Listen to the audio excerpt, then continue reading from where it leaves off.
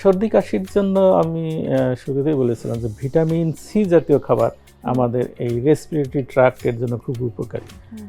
এক্ষেত্রে vitamin C কোন জাতীয় খাবারে আছে সেটি আবার জানতে হবে এবং মোটামুটি আমাদের একটা ধারণাই আছে যে টক জাতীয় ফলমূল, ফ্রেশ সবজি, শাকসবজি এগুলোর মধ্যে প্রচুর পরিমাণে ভিটামিন আছে। যেমন এখন এই মৌসুমে আমলকি, জলপাই এগুলো আমরা পাচ্ছি, কমলা এগুলো আমরা খেতে পারি এবং ইভেন আপনার পেয়ারা পাওয়া যাচ্ছে, পেয়ারাতে প্রচুর পরিমাণ ভিটামিন সি আছে। তো এগুলো যদি আমরা নিয়মিত প্রতিদিন একটু একটু করে খাই এবং পালং শাক, পুঁই শাক, যে কোনো শাক, লাল শাক, যে শাক অ্যাভেলেবল সেগুলো আমরা যদি খাই তাহলে কিন্তু ভিটামিন সি এর ঘাটতি পূরণ হবে।